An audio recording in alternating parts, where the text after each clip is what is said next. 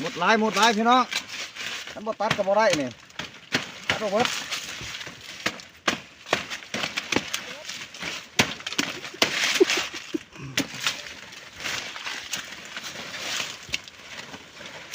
หมดลาย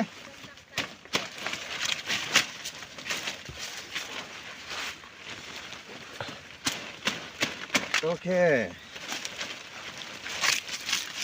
หมากยังเขียวอยู่พี่น้องหมากยังเขียวอยู่เขียวกับเก็บเลยบ่เก็บกับบ่ได้เพราะว่าเพื่อนบ้านเพื่อนพาเก็บล่ะคันบ่เก็บกับหนูกินเบิดจะเป็นต้องเก็บนี่ตกนี่พี่น้องนี่กบตัวนี้นี่หมากดกดีอยู่นี่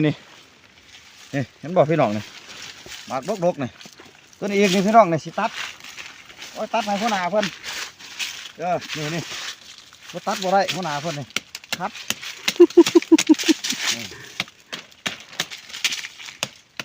คนว่ายืดเก็บยากคนว่าให้ตัดต้องให้คนว่านั่งเก็บบ่ก็เจ้าสาตุปูนอนมานี่เก็บนี่เอาสาตุปูแล้วก็นั่งเก็บคนว่าเอาหมอนน้ำเอาเสื้อน้ำอยู่คนว่านี่ละพี่น้องนี่มานี่ขากล้องจะนี่นี่ละพี่น้องเลยชีวิตชาวไร่ชาวสวนเฮานี่เก็บกาแฟนี่ตัดออกพี่น้องเนาะมันกระนาทีสิตัดอยู่แล้วพี่น้องเลยเพราะว่าเขาเก็บหมากแล้วเขาก็ต้องตัดเนาะตัดเอากิ่งไม้แหนงไม้พี่น้องทัดปลาตัวเก่าเพื่อนกระโบหมากแล้วพี่น้องเลยเนาะเบิดโคตาเพื่อนนะเบิดอายุเบิดอายุการน้ำใส่งานเพื่อนว่าจะเป็นแต่ตัดออกพี่น้องนี่ตัดแนวนี้แหละนี่เลยปัญหาเพื่อนกะเกียมในปดกระตาใส่2 ต้นนี่ก็เลือกกระตาอะไรนี่จำจะเอาว่าเดี๋ยวเอาจ้างมาแพงหรอกพี่น้องอยู่สวนเฮานี่จ้างกันราคาพรกุมูพี่น้องเนาะเพราะว่าพี่น้องเพิ่นมาซอยให้เพิ่นโล1 6,000พี่น้องปีนี้เห็นหมากแน่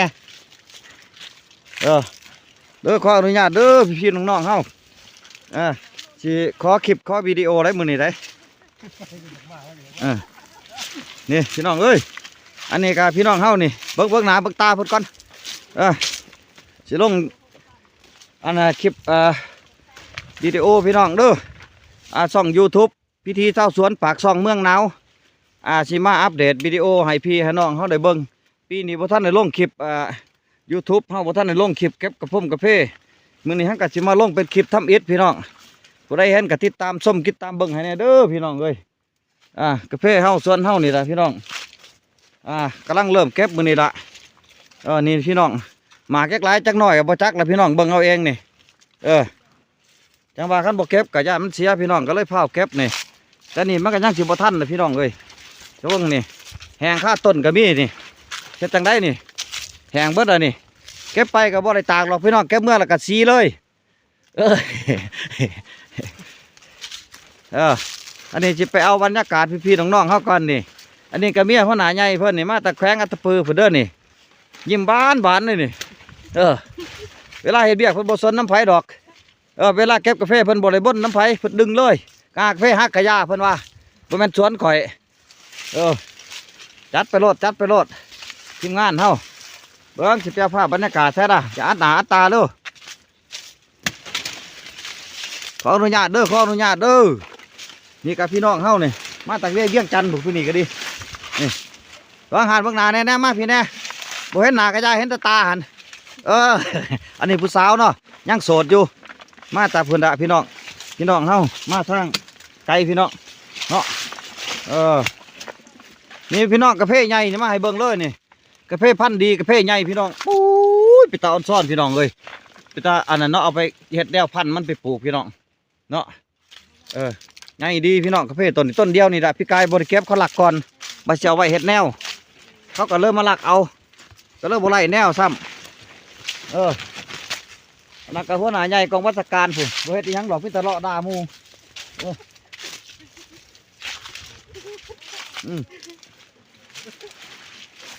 อันนี้การทีมงานน้องนุ่งเฮาเนาะมาแต่ทางไกลคือกันหนึ่งก็ดีจากพุ่นละเมืองเวียงจันทร์ผู้ออกอากาศก่อนเพิ่นว่ามือนี่ทั่วโลกแล้วมือนี่ออกล่านี่เบิ่งกล้องในเด้อมัดกล่องดินี่ทำงานเนาะ เก็บกาแฟกับบัวแดงครบ กากอกกับข้าวใหม่ ขากล้องกับโอโต้พี่น้องเอ้ยไปทางไหนก็ได้โลดบ่ยากกล้องคอยนี่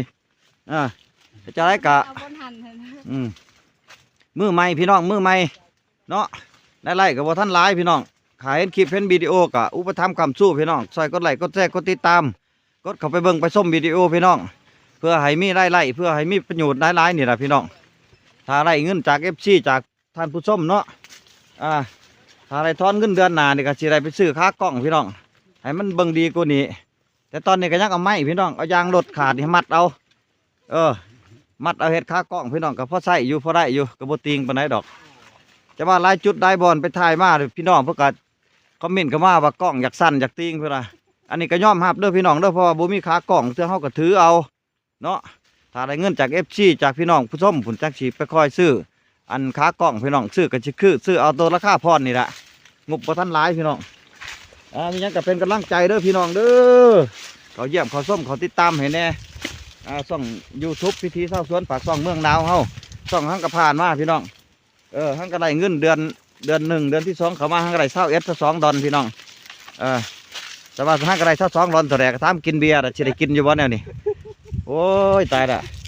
ตัวเงินขายของมีร้านแต่ตามที่เบียร์ก่อนนะ อันนี้ FC เฮาในสวนนี่หัวควันคากล้องข่อยนี่โอ้ยสิพาหัวเด้อคากล้องนั่นนี่ก็ดีอย่าประมาทคากล้องข่อยเด้อเห็นว่าก็ดีนี่บรรยากาศเนี่ยมือแดงเด้อพี่น้องเด้อเก็บกาแฟมื้อนี้ตอนแรงตะเว้นบ่ายๆละค่ำๆแล้วบ่แม่นบ่ายละตะเว้นค่ำๆละกาสิได้กาเกียมเลยพี่น้องได้ติดกระผมกาแฟละเป็นตาอ่อนซ่อนนะพี่น้องเฮาเนาะมาเก็บกาแฟนี่เป็นตาม่วนได้พี่น้องเอ้ยอันนี้เพิ่นนี่เก็บผู้เดียวนี่เบิดมื้อบ่ได้8-9 สอบว่าซั่นโอ้ยตาอ่อนซ่อนพี่น้องเอ้าอีหยังก็ดีคือกันแบ่งปันกันไปเจ้าของสวนได้น้อยหนึงพี่น้องมาซอยก็ได้น้อยหนึงเฮ็ดจังไดล่ะแบ่งปันกันหั่นน่ะเนาะดีใจแล้วเนาะมื้อนี้ได้9 สอบเนาะยิ้มเลยอยู่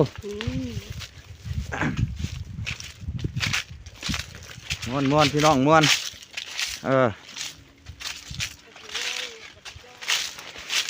นี่ละพี่น้องพิธีชาวไร่ชาวสวนเฮาเก็บกระผมกาแฟโอ้ยขอขอบอกขอบใจเด้อพี่น้องเฮาที่มาช่วยสู้พี่น้องมาเก็บกาแฟซอยมาจากทางไกลก็มีเบิดพี่น้องเลยก็มาครูปีอยู่คือถือว่าเป็นลูกค้าค้าประจำมันนี่ก็ดีมาตั้งแต่กาแฟบ่ท่านไ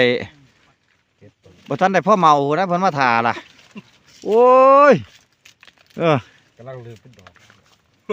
กาแฟกำลังจ่อหลอกมาถ่าล่ะเพิ่นว่าดีมาซอยอันนี้ให้เบิ้งพี่น้องให้เบิ้งบรรยากาศในสวนเฮาเนาะอันนี้เนาะพุ่นขากล้องโอ้ยสบายเว้ยยืนขึ้นพุ่นโอ้ยขากล้องตัวนี้โอ้ยไปต้องการขากล้องมาเอาผิดขากล้องออโตมาติกดิบรรยากาศพี่น้องบรรยากาศในสวนเฮาพุ่นผู้คนมาดำเด้อพี่น้องเด้อผู้พวงใบพุ่นเนี่ยเห็นจกโป่งอยู่พุ่นสีเขียวทุ่มพุ่นมีให้เขาอยู่ทั้งผู้ขาวๆให้เขาพุ่นเอามาให้เบิ่งให้ส้มพี่น้องผู้กรมดำพี่น้องเนาะ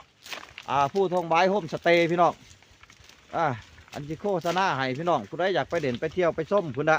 สถานที่ท่องเที่ยวโฮมสเตย์เฮาของพี่เดซ่าเด้อพี่น้องเมืองไทยพุ่นก็เคยไปอยู่พี่น้อง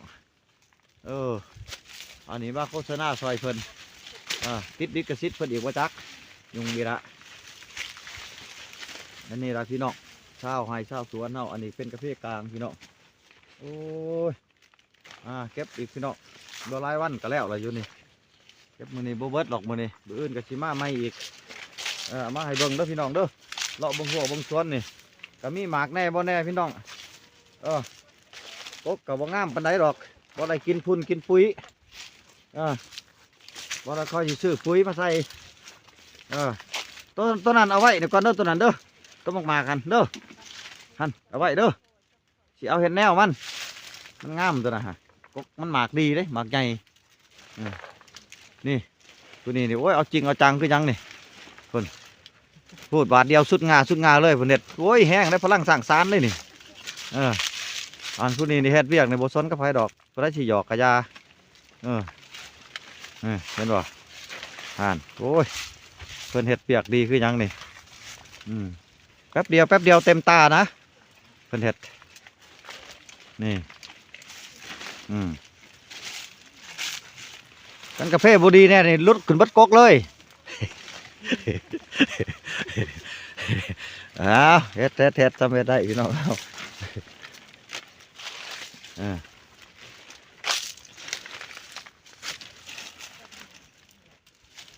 เอามาให้พี่ให้น้องเฮาเบิ่งเฮาชมพี่น้องนี่แหละชาวไร่ชาวสวนเฮาก็เป็นจังซี่นี่แหละ2 กกเต็มตาละโธ่ตายพี่ดึกไป2 กกกระตาหนึ่งพี่น้องเลยอันนี้เพิ่นคือกันนี่ตัดให้2 กกนี่ก็สิเต็มตาเลยนี่ยังได้1ก็เต็มเลยนี่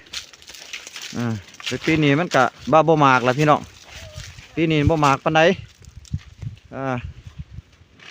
เพราะว่าฝนผ่าก็บ่อำนวยปานใดปีนี้ช่วงดอกมันก็เลยมาถึกแดดพี่น้องช่วงดอกกันฝนตกเนาะตกแล้วก็แดดดอกก็แห้งไปก็เลยบ่มีหมากพี่น้องถ้าเบิ่งปีนี้อีกเนาะเบิ่งฝนเบิ่งผ่ามันสิดีอยู่บ่คันผ่าฝนดีมันก็สิหมากอีกปีหน้าพี่น้อง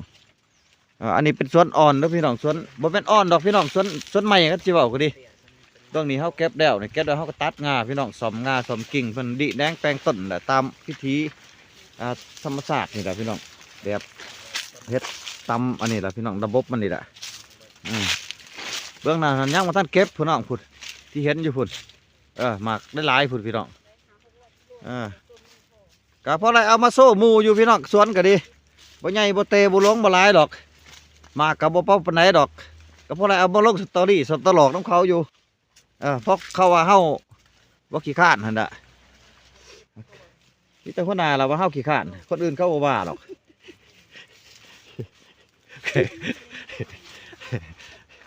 อันนี้ลายพี่น้องสวนข่อยเนื้อเบิ่งซอยกันก็ได้พี่น้องเลย